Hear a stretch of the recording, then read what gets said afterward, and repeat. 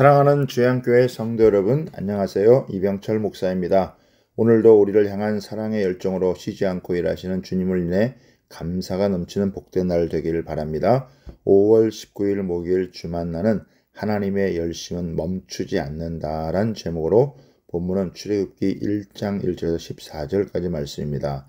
창세기의 끝과 출애굽기의 시작 사이에는 400여 년의 공백 상태가 있지만 두 책은 연속성을 가진 하나의 이야기입니다. 오늘 본문은 야곱의 가족 70인이 애굽으로 이주하고 400년이 지난 후 요셉을 알지 못하는 세 왕이 애굽을 다스리면서 크게 번성하는 이스라엘 백성을 보고 불안감을 느껴 수단과 방법을 가리지 않고 그들을 억압하지만 그들의 번성을 막지 못하는 내용입니다. 오늘 본문 말씀을 통해 두 가지를 살펴보겠습니다. 첫 번째는 하나님의 계획은 이루어집니다. 야곱은 죽은 줄만 알았던 자신의 사랑하던 아들 요셉이 살아있고 애굽의 총리가 되었다는 소식을 듣고 흉악한 기근을 극복하기 위해 애굽으로 내려오라는 요청을 들었지만 선뜻 애굽으로 내려가는 것을 두려워합니다.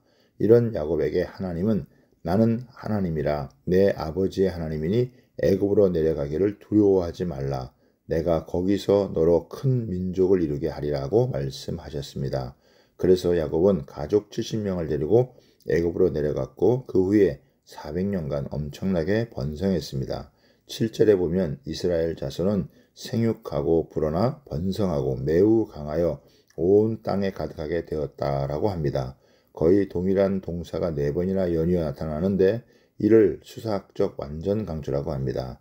특히 여기서 이러한 중첩된 표현은 이스라엘의 번성이 하나님의 약속에 기초한 축복의 결과임을 보여줍니다. 이스라엘 백성은 애굽에서 생육하고 번성하여 거대한 민족을 이루었습니다. 이는 하나님의 위대한 계획과 섭리와 계획이 이스라엘 민족 위에 계속해서 머물렀기 때문입니다.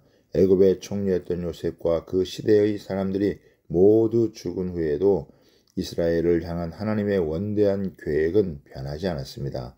그들은 계속해서 번성해서 온 땅에 가득하게 되었습니다. 하나님은 이스라엘 민족의 역사를 주관하셨듯이 오늘 우리의 인생도 뜻하신 방향으로 이끌어 가십니다. 우리를 향한 하나님의 뜻은 환경의 변화에 따라 변하지 않습니다. 우리의 인생이 언제나 하나님의 통치 가운데 있음을 잊지 말아야 합니다. 두 번째는 하나님은 시련 속에서도 일하십니다. 창세기 15장 13절에 보면 여호와께서 아브라함에게 이르시되 너는 반드시 알라 내 자손이 이방에서 객이 되어 그들을 섬기겠고 그들은 400년 동안 내 자손을 괴롭히리니 라고 했는데 이 말씀이 실현됩니다. 요셉과 그 시대의 사람들이 다 죽고 요셉을 알지 못하는 세 왕이 일어나 애굽을 다스리면서 이스라엘 백성들은 괴롭힘을 당합니다. 9절과 10절에 보면 이 백성 이스라엘 자손이 우리보다 많고 강하도다. 자 우리가 그들에게 대하여 지혜롭게 하자. 두렵건대 그들이 더 많게 되면 전쟁이 일어날 때에 우리의 대적과 합하여 우리와 싸우고 이 땅에서 나갈까 하노라고 하면서 애굽 백성들을 선동하여 이스라엘 백성을 노예로 삼아 괴롭힙니다. 11절에 보면 감독들을 그들을 위해 세우고 그들에게 무거운 짐을 지워 괴롭게 하여 그들에게 바로를 위하여 국고성 비돔과 라암셋을 건축하게 하니라고 합니다. 편안하고 안정감을 누리던 삶에 박해가 가해지면서 학대받는 민족이 되었습니다. 그럼에도 불구하고 이스라엘 백성들은 지속적인 번성을 이룹니다. 가혹한 시련과 고통 속에서도 이스라엘 백성들이 번성할 수 있었던 것은 하나님이 쉬지 않고 일하셨기 때문입니다. 하나님은 쉬지 않고 일하시는 분이시며 실수가 없으신 분이십니다.